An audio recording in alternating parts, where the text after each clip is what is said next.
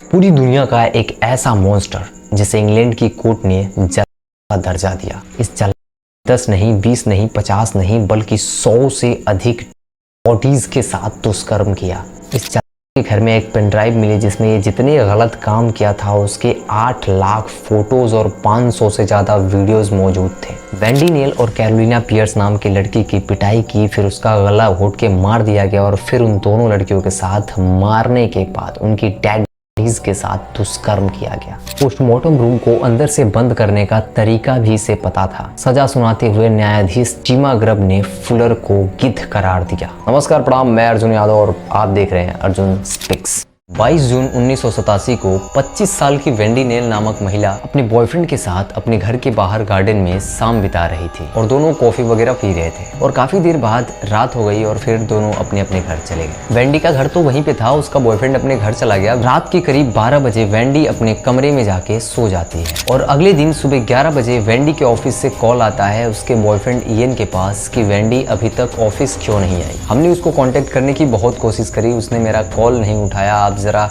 जाके उसे भेज सकते हो प्लीज।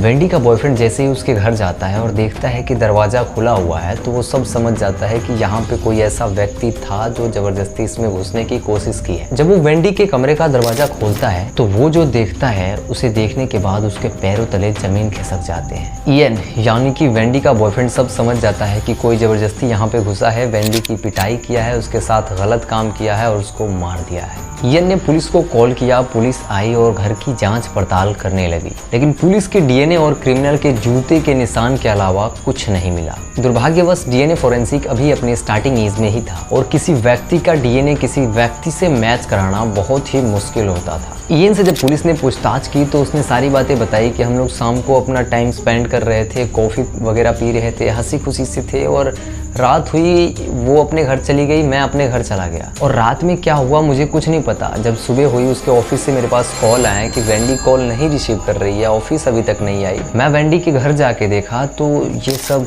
बाद में जब पुलिस और छानबीन की तो उसे पता चला कि घर की जो खिड़की थी उसका पेंट किया गया था हाल ही में, और जब पेंट किया जाता है किसी खिड़की या फिर दरवाजे का तो उसे पूरा हम लोग बंद नहीं करते हैं क्योंकि वो चिपक जाता है, इसीलिए वेंडी ने थोड़ा सा खोल के रखा था और इसी खिड़की का फायदा उठा के कोई अंदर आया और वेंडी के साथ ऐसा गलत काम किया और दरवाजा तोड़ के भाग गया। जब ये लोग बाहर गार्डन में टाइम स्पेंड कर रहे थे उस टाइम कोई ऐसा व्यक्ति था जो खिड़की के जरिए अंदर आया, वेंडी के बेडरूम में जाके बैठ गया और वेंडी के आने का इंतजार कर रहा था। बहुत लंबी जांच चली और किसी को कुछ नहीं मिला। जब वेंडी के सामान की जांच हुई तो पता चला कि वेंडी की चाबी, वेंडी का पर्स, वेंडी का छल्ला जो होता है जो लड़कियां रखती हैं वो सब गायब था। जब पुलिस घर से बाहर निकली और बाहर निकल के छानबीन करने लगी फिर भी किसी को कुछ नहीं मिला, लेकिन वेंडी के घर के जस्ट पीछे एक बूढ़ी औरत रहती थी। उस औरत ने पुलिस को बताया कि जिस रात ये घटना हुई उससे एक दिन पहले की रात में कोई व्यक्ति हमारे पास आया था, हमारे घर का डोरबेल बजाया। जब मैं बाहर आई तो उसने मेरे से बताया कि आंटी आप अपने दरवाजे और खिड़कियां पे पर्दे डाल के रखा करो, आपके लिए बहुत अच्छा होगा। मैं सोची कि इतनी रात को ऐसा भला कौन बोल सकता है,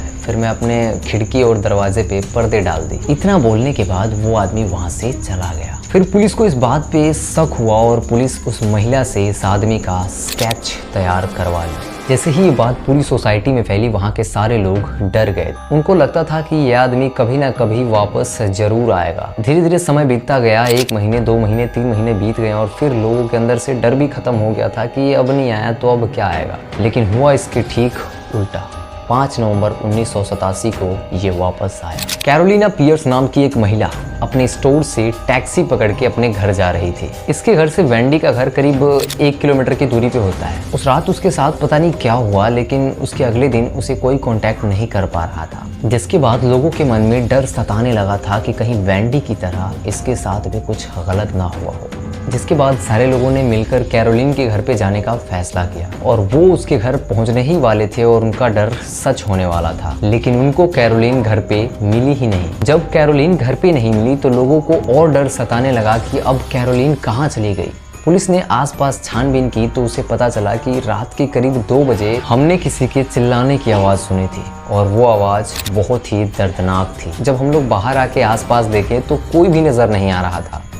हम लोगों ने लोगों के घर में झांक झांक के भी देखी। हम लोग नहीं चाहते थे कि लोगों की नींदें खराब हो। हमने वेंडी के घर में भी देखा, लेकिन उसकी लाइट ऑफ थी और सब नॉर्मल सा लग रहा था। लेकिन फिर उसी रात हमारे माइंड में वेंडी घूमने लगी थी। पुलिस ने जब इन्वेस्टिगेशन की तो उसे पता चला कि ये दोनों लड़कियां अपने अपने घर में अकेली रहा करती थी और ये दोनों लड़कियां एक इलेक्ट्रिक स्टोर पे काम करती थी। बस इनका स्टोर अलग अलग था और दोनों एक ही टाउन में रहा करती थी। पुलिस की पूछताछ के बाद ये पता चला कि घटना की रात कैरोलिन के घर के सामने एक व्यक्ति को देखा गया था जो कि बहुत ही अजीब था। पुलिस तुरंत वो स्केच लेके आती है एंड लोगों से पूछती है कि क्या ये वही है। लोग बोलते हैं कि 100% नहीं बता सकते हैं कि ये वही है, क्योंकि रात में पूरा चेहरा देख पाना बहुत ही मुश्किल था। पुलिस को कुछ मिल नहीं रहा था और 3 हफ्ते बाद पुलिस को एक किसान का कॉल आता है। पुलिस दौड़ी चली आती है और पुलिस ने जो देखा उसे देखकर उसके होश उड़ जाते हैं। पुलिस ने नाली के अंदर कैरोलिन की सड़ती हुई लाश देखी और इसके साथ भी वही हुआ था जो कि वेंडी के साथ हुआ था। कैरोलिन का भी चाबी, छल्ला, पर्स वो आरोपी अपने साथ लेके चला गया था। बाद में इन्वेस्टिगेशन के बाद पता चला कि लड़की के साथ गलत किया गया, फिर उसका गला घोट के मार दिया गया। इस मर्डर को बेडशीट मर्डर के नाम से जाना जाने लगा।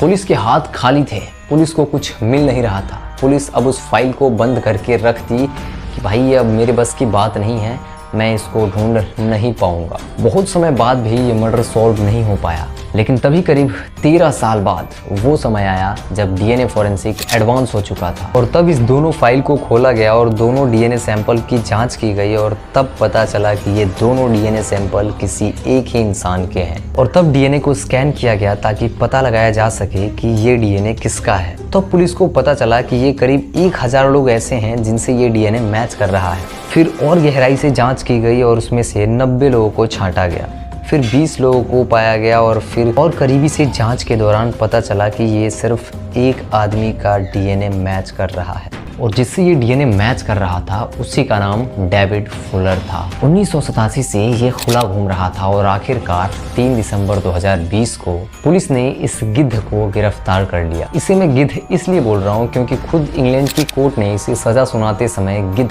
करार दिया था। पुलिस को फुलर के घर में तलाशी के दौरान उसके साथ हुए दुष्कर्म की 8 लाख से ज्यादा फोटो और 500 से ज्यादा वीडियो मिली और इस फोटो में एक फोटो ऐसा मिला जिसमें डेविड फुलर सोया हुआ था और वही जूते पहना हुआ था जो कि वेंडी के शरीर पर छाप मिला हुआ था। कोर्ट ने उसे महिलाओं की लाश के साथ दुष्कर्म का दोषी पाया है। 67 साल का हो चुका डेविड फुलर 12 साल तक मुर्दा घर में महिलाओं की लाशों के साथ दुष्कर्म करता रहा। उसने करीब 100 महिलाओं के शवों के साथ दुष्कर्म किया, लेकिन किसी को इस बात का पता नहीं चला। इस केस की जांच करने में इंग्लैंड पुलिस को 2.5 मिलियन यूरो यानी करीब 21 करोड़ 42 लाख रुपए का खर्च आया। और आगे देखिए ये आदमी क्या करता है। ये आदमी हॉस्पिटल में एक इलेक्ट्रिशियन का काम करता है। इसके 2 बच्चे होते हैं और इसका परिवार खुशहाल जिंदगी जी रहा होता है। ये आदमी उन 2 लड़कियों को ही क्यों चुना? क्योंकि वो दोनों लड़कियां एक इलेक्ट्रिक स्टोर पे काम कर रही होती हैं और ये गिद्ध एक इलेक्ट्रिशियन होता है हॉस्पिटल में। तो इसका उन स्टोर पे आना जाना लगा रहता था, जिससे कि वो उन लड़कियों को जानता था, पहचानता था कब कहाँ कैसे जाती हैं। एक दिन तलाशी में इसके घर से 4 हार्ड ड्राइव मिले जिसमें करीब 5 टीबी का डेटा भरा हुआ था और जब पुलिस ने वो डाटा देखा तो उसके रोंगटे खड़े हो गए।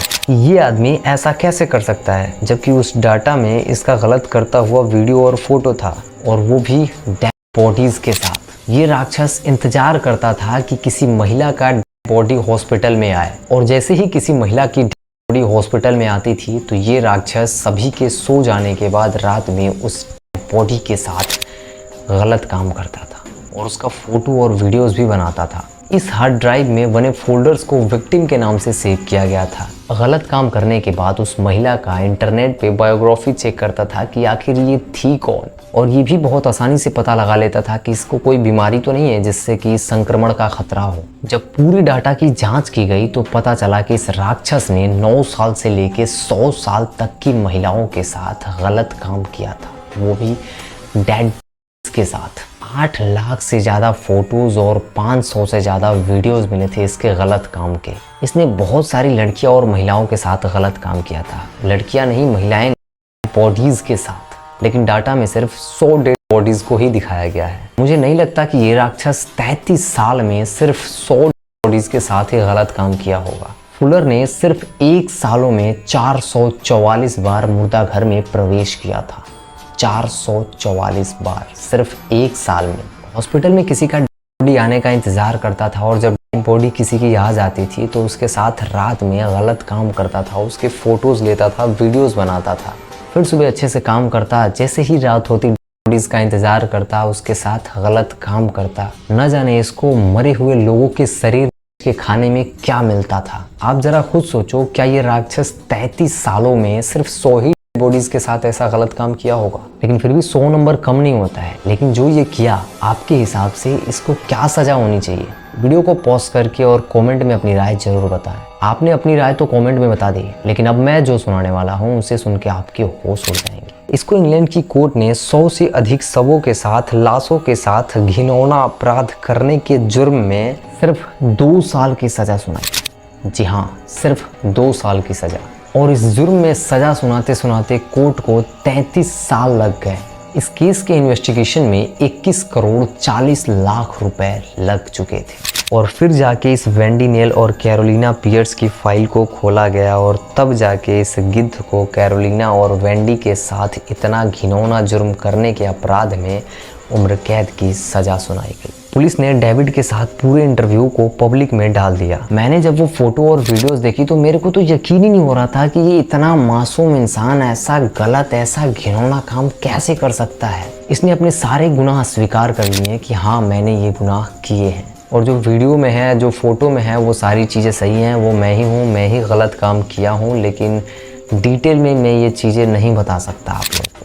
ये सब बात मैं आप लोग को नहीं बता सकता क्योंकि मुझे अच्छा नहीं लग रहा है ये सब। हालांकि फुलर ने शुरू में कम जिम्मेदारी के आधार पर हत्या के लिए दोषी नहीं होने की दलील दी थी, लेकिन नवंबर 2021 में अपने मुकदमे के चौथे दिन उसने नाटकीय रूप से अपनी दलील बदल दी और अगले महीने उसे आजीवन कारावास की सजा सुना दी गई। और फाइनली आज भी डेविड फुलर इंग्लैंड की जेल में सड़ रहा है। तो इस केस को तो यहीं क्लोज कर दिया गया। लेकिन अंत में मैं जाते जाते भगवान से यही दुआ करूंगा कि हे भगवान, आज के बाद कभी इस धरती पे ऐसे घिनौने इंसान को जन्म मत दीजिएगा। वीडियो में लास्ट तक बने रहने के लिए धन्यवाद। मिलते हैं नेक्स्ट वीडियो में।